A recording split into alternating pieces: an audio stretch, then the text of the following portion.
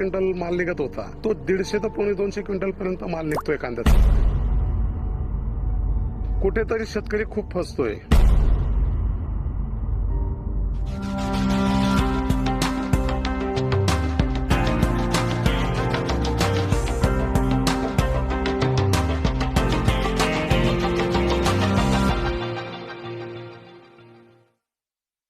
नमस्कार, माझे नाव राजेंद्र श्रावण शिरोळे, तालुका सटाणा, जिल्हा Nashik. Sir, Garnier water conditioner बसवण्यासंदर्भात मी माझ्या शेतात केळीची पीक लागवड केलेली होती. त्यांच्यामध्ये रोपांची खूप मर झालेली होती. त्यावेळेस ते रोप मी कोल्हापूरहून मागवलेलं होतं. तिथं फोन करून त्यांना कळवलं. त्यांनी 2 कृषी अधिकारी माझ्याकडे पाठवले. 3 दिवस माझ्या शेतात पूर्णपणे तपासणी करून त्यांनी पाण्यासंदर्भात मला कळवलं की पाणी चेक करा आणि तुमच्या पाण्यामुळेच रोपं मरतायत. मी विहिरीचं नवीच विहीर खोदलेली होती. बँक प्रकरण काढून विहीर खोदलेली होती. त्या विहिरीचं पाणी घेतलं. सडाण्याला लॅब आहे आमच्याकडे. तिथं ते पाणी चेक केल्यानंतर त्यांनी सांगितलं की पाणी खूपच खराब आहे, तुम्हाला विहीर ती बुजावी लागेल. त्यावेळेस मला थोडी भीती वाटली की मी कर्ज घेऊन विहीर खोदलेली आणि हे बुजायचंय.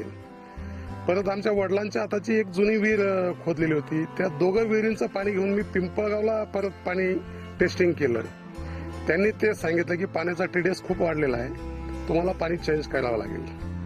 मग त्या अनुषंगाने या वॉटर कंडिशनर संदर्भात मला थोडी आमच्या मालेगाव तालुक्यात पिंपळगावमध्ये माहिती भेटली. तिथं जाऊन त्या शेतकऱ्यांनी 3 वॉटर कंडिशनर म्हणजे 3 मशिनी बसवलेल्या होत्या. त्या बघितल्यानंतर माझं मन समाधान होत नव्हतं. परत मी या शोधात असताना दाभाडीतच मला परत आपलं मशीन बसवलेल्याची माहिती भेटल्यानंतर मी ते मशीन बघायला गेलो. तिथून ती तुमची माहिती भेटली. मी परत बगाडे सरांना फोन केला. सर, तुम्ही कुठल्या परिस्थितीत माझ्या शेतात एक व्हिजिट द्या, माझं असं नुकसान होतंय, मला त्या पाण्यासंदर्भात नियोजन करायचंय. सरांनी दुसऱ्या दिवशी माझ्या शेतात येऊन पूर्णपणे भेट दिली, चौकशी केली. त्यांनी मला चांगल्यापैकी धीर दिला, या मशिनीने तुमचं काम योग्य होऊ शकतं. आज मशीन तागायत बसून कमीत मला वाटतं परफेक्ट अंदाज मी देऊ शकत आहे, पण जवळजवळ 14 ते 15 वर्ष झालेली आहेत. आणि त्या अनुषंगाने केळीची बाग अतिशय सुंदर काढली. केळीचा खोडवाही काढला मी. त्याच्यानंतर आज 10 वर्षापासून माझ्या शेतामध्ये शेवग्याचं पीक नंबर 1 ने येतंय. आजच्या कंडिशन मध्ये तुम्हाला थोडंसं शूटिंग मध्ये बघायला भेटेल. आता छाटणी झालेली माझी. अतिशय सुंदर प्लॉट येतोय. सर्व पिकांसाठी शेतकऱ्यांना हे वॉटर कंडिशनर वापरायला कुठलीही अडचण नाही. त्याच्याने पाणी पूर्णपणे हलकं होतं, पिकांना घ्यायला सोपं जातंय. त्याच्यामुळे बऱ्याचशा शेतकऱ्यांचे मला फोन येतात. मी त्यांना सांगतो माझ्याकडे ते मशीन आहे आणि कुठलंही मेंटेनन्स नाही त्या मशीनसाठी. त्याच्यामुळे शेतकऱ्यांना वापरायला सोपं आहे आणि खूप सुंदर आहे. बसवण्यात शेतकऱ्यांना हरकत नाही. आता आम्ही कांद्यांची रोपं टाकलेली आहेत. हे तुम्हाला बघायला भेटतात की एवढा पाऊस होऊन सुद्धा रोपं चांगली आहेत.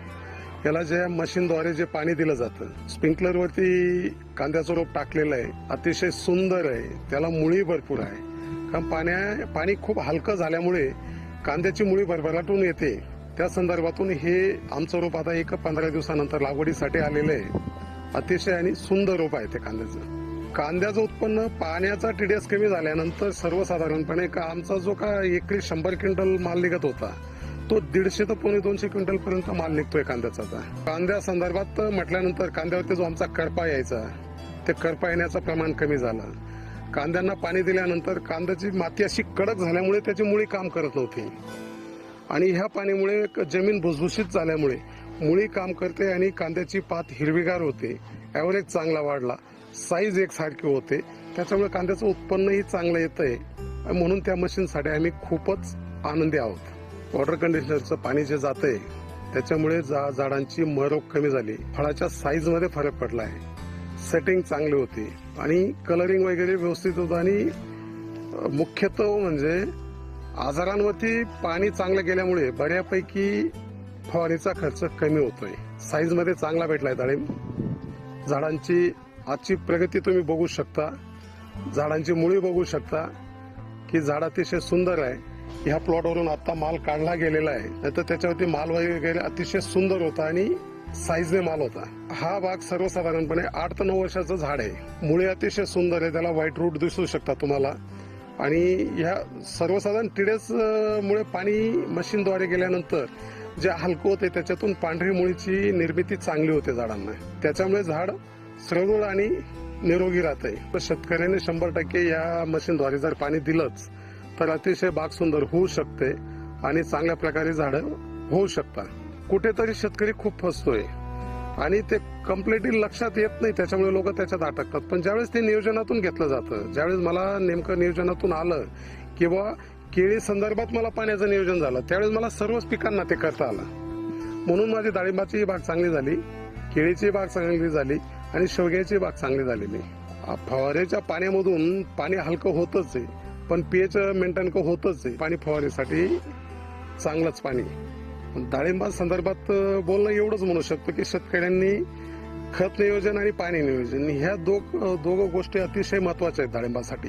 कारण किती आपण खतं देऊन ठेवली आणि पाण्याचं नियोजन नसेल की पाणी जड असेल, झाड ती मुळी घेतं की नाही घेतं, याच्यावरती शेतकरी फसतात. त्याचे दोघं नियोजन चांगल्या प्रकारे झाले तर डाळिंबासारखं पीक शेतकऱ्याला भविष्यात चांगलं संधी देणारं पीक येते. सर्वसाधारण मला जर 15 वर्ष होत आहेत, त्याच्यात मी 100% खरंच म्हणू शकतो की कारण आज मी सर्वच पिकांमध्ये समाधानी आहे त्या मशीनमुळे. त्याच्यामुळे तो दावा 100%